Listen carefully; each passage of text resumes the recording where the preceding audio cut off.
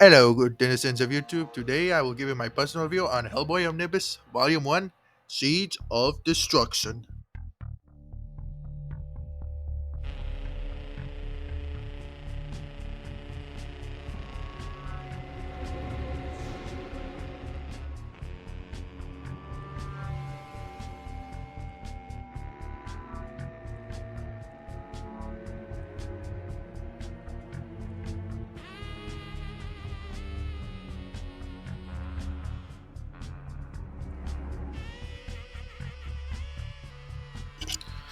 So yeah, I I'm pretty sure like most of y'all you'll know all of you know Hellboy thanks to the two Guillermo del Toro films. Obviously the self-titled first one and the Golden Army, which so right now it's Golden Army is like a completely original concept in Hellboy. I'm not too sure if that's in the comics because this is the I have, but yeah, if you want to check out the comics, it's a pretty good. I just decided to finish the last few pages, and yeah, this is a pretty good chapter. This is actually as I say before, like probably if one of like the cheapest like omnibuses you can get. Buy it physically, it's like $30, which some of you might think it's still pretty expensive, and yeah, it can be like a bit pricey, but it's $30 for let me double check for like about 366 pages. And yes, this is in fact what it says here. You get 366 pages for only $30, which actually is a pretty good deal. Now, now this omnibus, contains it contains a Siege of Destruction. You know, the self-titled first story, The Wolves of Saint August, a short story, The Chain Coffin, which is another short story. That one I will go into all these like in detail, but so you know now, Chain Coffin is a sort of about like the origins, like how Hellboy was able to be born. You know, yeah, those the Chain Coffin, Wake the Devil, which is a much more in-depth story. It's a much more in-depth story, like Seeds of Destruction, which which, by the way, oh no, that I might not. I thought there's almost Colossus, and although it doesn't say it here, there's I believe it does in the beginning. No, it does not. It just yeah. It also has like two extra short stories that Mignolia. I apologize. I might butcher his name, but Mike Mignolia will they create like two short stories to like advertise Seeds of Destruction. So back when it was Hellboy was about like being picked up, you know. Yeah, but it has those two stories. The first one actually has one of the main bad guys. As one of the main bad guys, which by the way, the main villains of this story are like a group of Nazis. Yes, yes, I'm saying this right now. Like the Hellboy is he was actually risen by the Nazis to like serve Hitler, but instead he was actually made for like this other reason to essentially bring the end of like existence itself. To my knowledge, yeah, to my knowledge, that's essentially what is supposed to be Hellboy's stick. Yeah, he was. Yeah, and yeah, the second one is about this Hellboy like in the desert, in this like little desert near the diner where he fights a dog that turns into a really big monster, and it's named Anubis, but it's never stated if it's the Anubis or if it's a dog that calls of the monster that calls itself Anubis. You know. Yeah, but anyways, into the story itself, we first see that as I say before, Hellboy was created by was risen by the Nazis, as you can see here in this this pretty detail. Which I will say, like Mike Mignolia, he's definitely one of, if not the most unique comic artist to ever from from like the '90s, because he doesn't really fall into like that stereotypical '90s anti-hero aesthetic. It doesn't look it doesn't he doesn't really like draw like a regular, you know, like normal people. He really does these like really unique like art styles. You can see right here that that is like vastly different from like a lot of comic artists. Because if you think of comics, you probably think of you probably think of like the stereotypical like golden age or like 90s art style, that stuff. But no, like he's one of the comic artists that are pretty like unique and and unique in like accent as well. Because like another unique comic artist I know of, his name is I kid you not, Duff Back Duff. Like he also has his unique art style, but he's mainly known for making more like introspective comics about like sort of like detailing like events of his life, like the Kent State massacre. I believe that was one of them. There was his time as being like a garbage man, and believe it or not, that comic artist, he was actually friends with the Jeffrey Dahmer, like the Milwaukee cannibal. Yeah, but yeah. Anyways, to go back on track, like yeah, after like Hellboy is like this is essentially the what Hellboy looked like, aka Hell Baby, Hell Baby. But yeah, we actually see him. This is about like how like about like these basically the reason he was risen, not because to show like the Nazi like ideology, but mainly for like because like this mystic and another group of like select Nazis, like they were like he was risen to bring the end of destruction, as I stated before. Yeah, well, not the end of destruction, the end of the world. As I stated before, he is fated to do that. And now the to give like spoilers ahead, but like the guy who visited, who summoned Hellboy was his name is Grigory Rasputin, who, believe it or not, is a real person. Yes, yes, Magnolia didn't just use like a historical fiction. He is like really much going into historical fiction, using like real people to as like the real like bad guys. Which from what I could remember, like Grigory Rasputin himself was like a pretty bad person. Like he would indulge himself in a lot of like alcohol, sex, and like he's like this supposed Russian mystic that indulged himself in all that. And yeah, he was assassinated, like shot back in the head and like left to die in a river or something. Like that's the best I can remember. But yeah, in this story, like Hellboy, like he encounters these like little frog dudes, as you see here, who well essentially meant who like end up killing his like adopted father. And as you see here, like we see these like Nazis. As you see, the guy on the top, you may have saw in the as I show you the other pages here, like the 3D glasses on Nazi. He is or Von Krupp. He's the only like one in that group that is fully dead. The other guy is Leopold Krutz, Isla Hauptstein, Professor Dr. Karl, Ruprecht Cronin, and Rasputin. They have been it hasn't shown like how they were able to live long, but it's been stated that they've been frozen. So perhaps they like it can either be like cryogenic freezing or mystic freezing. It could be like one or the other. Yeah.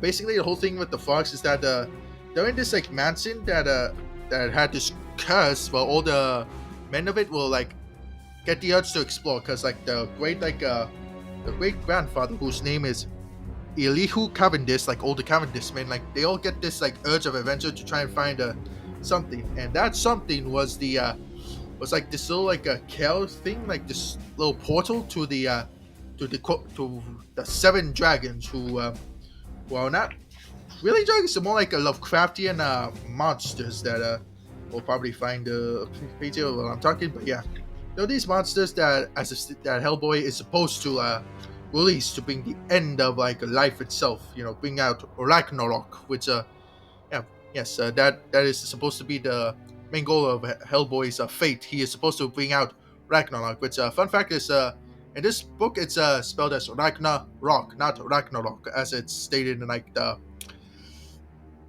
in the original mythology of not Greek, Norse mythology. Yeah, as it stated, yeah, it's spelled as two words instead of one, unlike the regular Norse mythology. And speaking of Norse mythology, it also in one of the further stories, like the epilogue of Wake the Devil, it's not just the epilogue, but also in Wake the Devil, it's revealed that Rasputin gave like half his soul to Baba Yaga, and she buried it under the Yggdrasil, the world tree whose roots connect to it was the 9 or 7 realms of like Norse mythology. I couldn't remember, and I looked it up, and yeah, there are apparently a lot of different gods and mythologies and that have existed and have all existed in that universe, sort of like Gendy Tartakovsky, kind of like Gendy Tartakovsky, Gendy Tal- Gendy Tartakovsky, samurai, style, like Samurai Jack, Primal, all that, But anyways, yeah, these are the seven dragons, which don't look that menacing because they're just like a bunch of pillars, but like that they're sealed in those pillars. The Amun Jahad, Adad Jahad, Ira Jahad, Namrat Jahad, Nun Jahad, Be Beyu Jahad, and Nergal Jahad, which I don't and speaking of the Nergal one, I don't fully know if this was before Warhammer 40k got really popular. Yeah, they're called the Sadu. I'm not believe it. But so don't have like apologize. I have like pretty poor memory. But yeah, after this, Rasputin he tries to force Liz, who was accompanying Hellboy, as well as Abe Sapien. I apologize. I believe I forgot to tell you that. But yeah, the three he forces Liz to essentially unleash all her power to like essentially like be like a little catalyst into summoning the the like the nine the dragons. Apologies, please I forgot. Apologies. Let me just double check real quick. Yeah, it's like a it's a really big book. It has a bunch of stories, but it's really good. It's still a good book. I just have poor memory. Yeah, but yeah, he tries to he essentially tries to use Liz as catalyst, but Abe Sapien, who was possessed by the man who actually started this curse, Hugh Cavendish, he essentially possesses Abe Sapien and then just throws a spear into Rasputin's chest, stopping the whole process, as you can see right here. Yeah, as you saw right there, and essentially after that, the Cavendish mansion just burns down to the ground, just leaving all this sorrow behind it. And that's actually the death of Rasputin. Like this was Rasputin's physical form. Like after this, he is dead. All the other times he is all the other times you see him, it's his ghost. His ghost turned into the Nazis who worked with him. And, and after all that, it was after all that, yeah, after all that, we see here that there we go. Yeah, you see this is where the other Nazis were saw here with our being from there. And then after this, it's Wolfenstein Young. It's like a sort of one shot story, which do happen a lot in like the in Hellboy. Like you have it's sort of goes this time like you have like a big big like lore story, and then a few then like a big lore story, and then like two one shots that do get lore, but like a more like of a one off thing too. So like in Hellboy is to more expand the Hellboy possible for that. And this is about like a family who was cursed by like some mystic and Saint August. To, yeah, they were like cursed by somebody to turn into werewolves, and then just become ravenous man-eating beasts. Just as you can see right here. All this stuff. Yeah, and like the main bad guy, he turns into he's like, for my I couldn't really remember. I think he's trying to like be his family, or at least like trying like own this curse, But like he turns into this. Like that is not a werewolf. That's a bear. So anyways, Hellboy beats it up, and then Hellboy beats that the main man up, and it kills him, and then just it turns out, and I guess he essentially freed that family from the eternal torment of becoming well. Yeah, it says here in a follow-up investigation, a Bureau team of physical and transmediums failed to detect any trace of Father Edward Kelly or the assorted genres of the Satio Glen on May 29, 1940. So yeah, this is essentially. Essentially he sort of frees them like from their torment, and then just lets them pass on to whatever afterlife they were going to, man. And here the chain coffin, which funny enough, this one only has like a little like panel for its tail. It doesn't, unlike the other one, which is unlike the other one, who actually has its like own like little separate page to. Yeah, like the other one, funny enough, actually has its like own page to shoot. There we go. Yeah, here. And I say that's funny because it's because the chain coffin essentially has like more lore related, and its title only is reduced to like one tiny panel. And essentially, here is where we learn about Hellboy's like birth and like his father and mother.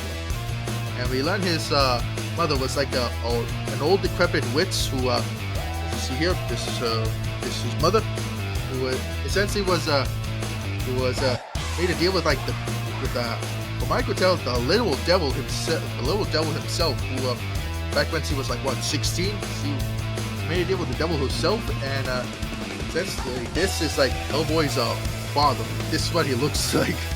Yeah, big boy.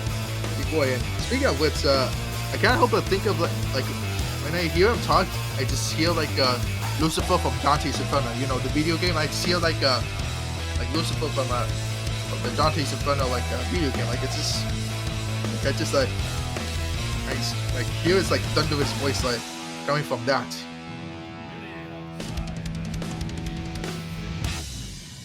Brave Ulysses, the great Alexander, Attila, Lancelot. Only you possessed a soul black enough to free me.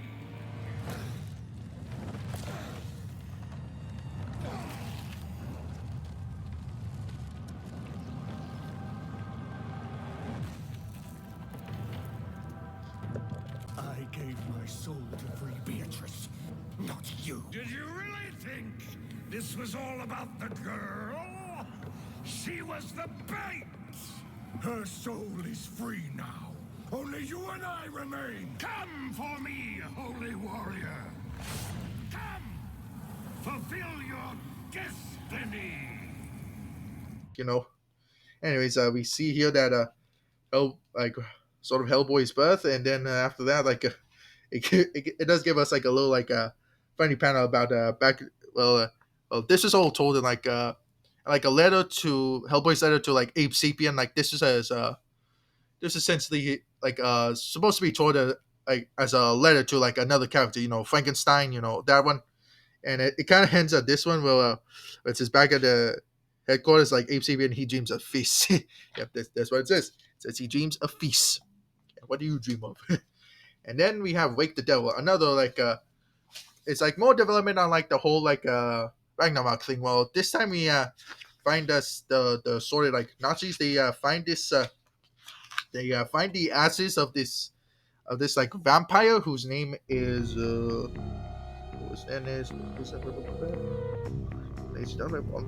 Vladimir Guilescu. Vladimir Guilescu. However you name it. Yeah, apologies. Yeah, a lot of this is like some foreign names who are like just Liz, Ape Sapien, or like Hellboy. All of these can be a bit weird to hard for me to pronounce. You know, especially considering there are a bunch of ancient people. Like the language like Swedish back then is probably harder to say. Like ancient Swedish is like much more harder than it's harder to like pronounce than like modern Swedish. You know, just using that as an example. You're not saying like the guy himself was Swedish. He was I believe it says he was like a Russian an old 18th century Russian military officer. Anyways, so like the other Nazis they find like the ashes from this guy who ran like a little wax museum, and after killing him they found I believe I saw you. Apologies, like camera can be a bit. Yep, as we see here. Yeah.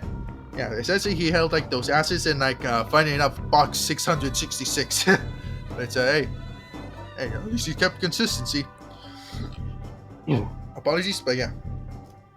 Essentially a team goes in, and like Hellboy, they force him to go solo, considering he's a big guy. He's not a good marksman, but he does have a big gun, and he has his big right hand too, which funny enough some also some of you may also think his gun was always named the Good Samaritan, but no, that was a movie invention. But anytime I refer to his gun from now on, I will say like the Good Samaritan, you know. Anyways, everything just goes wrong in this mission. Like Hellboy's jetpack, it says it's new, but it does not only does it not work, but it straight up blows him up, you know. and he ends up falling into like the other like Nazis bases. Yeah, and as we see, and he ends up and he ends up finding them. He fights this like this like cyborg dude. He fights this like cyborg dude and wins. He see more visions of like Rasputin and like also the lady I told you about. Lady I told you about, which I believe honestly I'm pretty bad with names, especially if it's a foreign name like especially if it's a foreign name. That like those things are like will be the death of me if I'm forced to ever pronounce one of them. But yeah, Isa Hauptstein, like she is funny enough supposed to be in love with Rasputin. With Rasputin and yeah, with all this like and all this is to say that later in the story, Rasputin convinces her to like go into an Iron Maiden as like a sacrifice for like as a sacrifice to essentially like evolve or something. It was something like that, essentially like forcing her to like go into an Iron Maiden to like evolve into like a sort of like what he is. Anyways, anyways, after all this, like Hellboy, he goes through all this. He learns about like the origins of him. Well, like of the vampire dude. The vampire dude. Well, he fights his like old decrepit father, and well, we learned that he essentially sort of made a deal with like a monster to give him eternal life. Which if you don't know his process of like eternal life is that after sunset in his like own estate, he would like rise up every moonlight, every like moonlight. I don't believe it said full moon, but it does say like every time like there's moonlight, it will like allow him to live again. And anyways, he ends up like he goes in, he finds the coffin where the vampire dude lives. He finds some like harpies, which the comic says they're supposed to be say witches of Thalassa. They're sadly, but like but let's be real, these are like hobbies, they're mainly hobbies, but I guess they could say they're witches because like they can also become these big birds. And anyways, that boy just is able to kill like that guy, even like although he was set up, he just killed him by just like how do we he becomes like the big bird, and then he just stabs him in the head like Guilescu. Uh, and then he just stabs him in the heart, and then he just dies. And that's the end of the big bad. All that setting up, and he did. But after that, he fights this big snake lady who's known as the Lamia, and then this I told y'all Rasputin does the whole like half soul sacrifice, all that soul sacrifice into the loot of Yggdrasil. Anyways, and after that, it cuts to like a Liz and her team like finding like a homunculus. Well, finding a little homunculus. Well, he will be important in the next story. And essentially, Liz like puts her finger in here, and it gives life to the homunculus. But unfortunately, it is at the cost of one of their teammates who ends up like getting like just snapped all around, as you see. As you can see up here, yep. As you can see here, like he just gets absolutely screwed up by the homunculus, and then the homunculus leaves, and leave that in the back of your mind. Anyways, there's some more experiments, all this stuff, and then after this, Hellboy ends up finds like some weapon, finds the Lamia, they fight, and then after a while, Hellboy he ends up crashing to like kills the Lamia, and then ends up blowing up the whole castle where this operation was happening. Which, by the way, the castle had like a whole bunch of explosions, and he set a timer for like 30 minutes, well, like an hour. And unfortunately, it does so that it was the final seconds, and he was able to reach the outside before that. Yeah, and then after that, he is captured by like Rasputin, and then was made to like be sacrificed to like try and summon the whole like the whole Ragnarok, trying to attempt to create Ragnarok. And like after that, like the whole thing process that he grows his horns, and then essentially becomes the king of hell. But as you see here, he actually just says, "Nah, this is my destiny. Nah, I'm gonna do my own thing," and then just rips off his own horns. Just rips off his own horns. Which, by the way, like there's this series I've been wanting to review, the Gaslight District. They only have one episode, but like Like I might do a review on that if I get confident enough on doing like a more like non like book or comic reviews because And anyways, after the failure, like Rasputin, he just accidentally like finds somebody who was actually helping his allies, and they accidentally like tumble into this like little like self destruct button, and he ends up blowing up his own operation. This is all done by Rasputin himself, and that was essentially the whole story. Whole story. I'm definitely leaving some stuff out, but that's on purpose because I want you because like this is definitely a pretty good story. And anyways, the epilogue does gather on the list about Rasputin and Baba Yaga, and it says here that Rasputin refers to Baba Yaga as the grandmother, which I don't know if that implies that Baba Yaga is Rasputin's actual grandmother, or is it just like a sort of like respectful thing in like his old like customs thing. Anyways, almost Colossus, the one with the homunculus, it shows that the homunculus had like a brother created by the same guy who is this little hooded figure, and he wants to essentially like become a god. The whole like man-made thing, doesn't like humanity thing. You see that story many times, and essentially, but it's this time like instead of like the new guy who Hellboy, he promptly names him Roger. Yeah, I'll call him that. Roger who essentially betrays his brother to by first stopping him from killing like another like a researcher that was helping Hellboy fight the other homunculus, and then after his Roger's brother like becomes this big monster thing, he tricks him into like essentially becoming part of him to then burn him alive. And then all this, Roger still doesn't die. They actually take him back because he essentially has like all of Liz's like life forces. And then after this like essentially like the last little page of story that you have here. All the rest is like some bonus. Yeah, this essentially all the main stories in this like this point onwards. Yeah, as you can see here, from this is story and this is bonus stuff. Which like I said, this is $30. Like this seems like a good deal. Anyways, we see some extra stuff. Like the creation of Hellboy. Well, he just first started as like a monster. He wasn't creating a character. Then what the team was originally going to look like. All this like looks like like a much more mature Scooby Doo.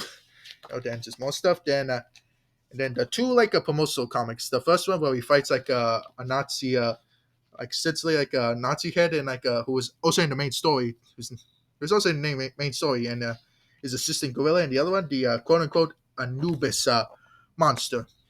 And then after this, there's a bunch of sketches over here, as you see here, like pretty unique sketches, all this stuff, and yeah, it's a pretty good book. It has a bunch of sketches and other stuff, and like that was just like a whole lot like stuff, like also by Mike Mignola. As you can see here, his universe is like pretty damn expansive.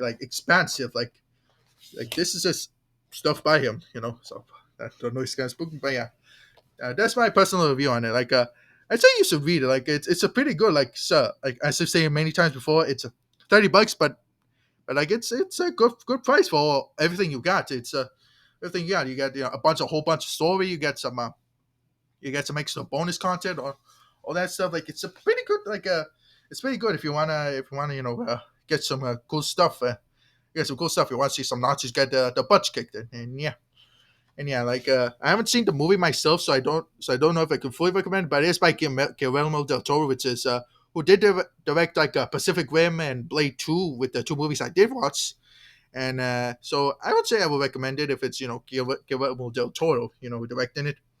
But yeah, I say before, it's a pretty good comic. Like it is a big boy. It was 366 pages and of content, and there's just it's still like a pretty good book. I don't know what else to say. Just if you can maybe come go pick it up, you might find it on like Amazon or something, like online stores or something which may sell it for cheaper or something. But anyways, that would be my personal view on the Hellboy the Destruction. The only thing I say is Mike Mignolia's art style kind of reminds me of like old Renaissance paintings. And yeah, I guess that will be it. Okay, good. Bye bye now.